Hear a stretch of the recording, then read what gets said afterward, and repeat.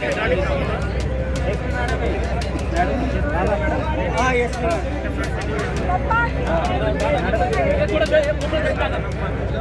साहेब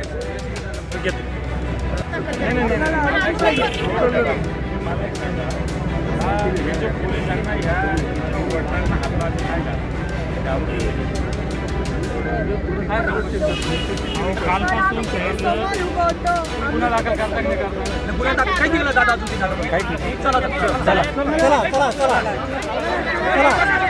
सुद्धा व्हिडिओ केलेला आहे त्या पीएसआयने व्हिडिओ केलेला आहे त्या पीएसआयने व्हिडिओ केलेला आहे अरे इतका अमानुषपणे मारलं त्या पोरी काय सांगलं इतका तुला ऐका नाही वेरूळला जी घटना घडली जे मुख्याध्यापक आहे जिल्हा परिषदेच्या शाळेत सुरेश बोरसे अतिशय प्रामाणिक सेवा करणारी व्यक्ती म्हणून पूर्ण या सगळ्या पंचक्रोशीत ओळखली जाते. काल रात्री वैजापूरचे पोलीस इथं आले आणि एक आरोपी शोधायला आले होते आणि पोलीस अशी गाडी घेऊन आले की जो आरोपी आहे फिर्यादी त्याची गाडी इथं घेऊन आले, स्कॉर्पिओ एक कार घेऊन आले.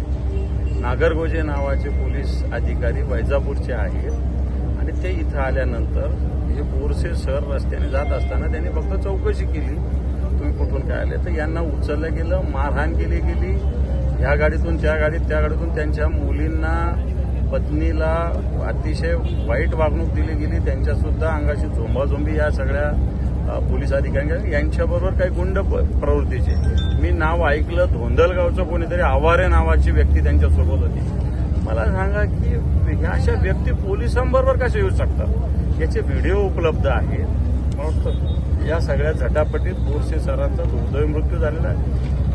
आता पोलीस वेगवेगळे कारणं देतील परंतु पोलिसांच्या मारहाणीमुळेच हा मृत्यू झालेला आहे.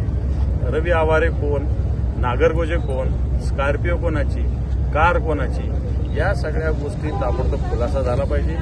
रवी आवारे असेल आणि नागरगोजे असेल यांच्यावरही गुन्हे दाखल झाले पाहिजे कारण या लोकांनी इथं गुंडागर्दी केली. पोलिसांच्या वर्दीमध्ये खाकी वर्दीतली गुंडागर्दी.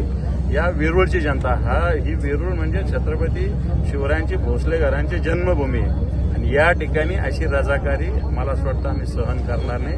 नागरगोजे असेल, आवारे कोण आहे मला माहिती नाही, या सगळ्यावर गुन्ह्या म्हणजे गुन्ह्याचेच गुन्हे दाखल करावे लागतील.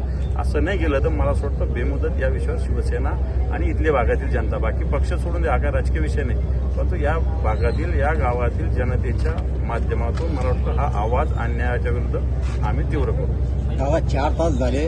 पोलीस आता अशा पद्धतीनं गुन्हा दाखल व्हावा म्हणून पोलिसांशी आम्ही बोललेलो आहे. माननीय एसपी साहेबांशी बोललो, राज्यस्तरावरच्या वरिष्ठ अधिकाऱ्यांशी बोललेलो आहे, माननीय मुख्यमंत्र्यांना सुद्धा मी संपर्क साधलेला आहे. मला वाटतं निश्चित पोलीस याच्यात गुन्हा दाखल वेगळे कारण देतील पोलीस. नाही ठीक आहे, आधी दिले असेल, आता पोलिसांना वेळ दिला परंतु आता पोलिसांनी गुन्हा दाखल करायचं कबूल केलं. बरं दादा तुम्ही बसलेले तेव्हापर्यंत गुन्हा दाखल होणार आहे तेव्हापर्यंत तुम्ही इकडे आता प्रोसेस लागते ना, 1 मिनिटात थोडी गुन्हा दाखल होता. आता त्याला प्रोसेस आहे ना सगळ्या गोष्टी. एफआयआर दाखल करायचं म्हणजे काय, आपण गेलो तर लगेच गुन्हा थोडी रजिस्टर होतो. त्याला सगळ्या स्टेटमेंट घ्यावे लागतात, कोणते कलम लावायचे काय याचा अभ्यास करावा लागतो. सगळ्या एफआयआर पण असा मजबूत झाला पाहिजे, नाही तर उगाच घाई गडबडीत काही झालं तर त्या गुन्ह्याला अर्थ राहणार.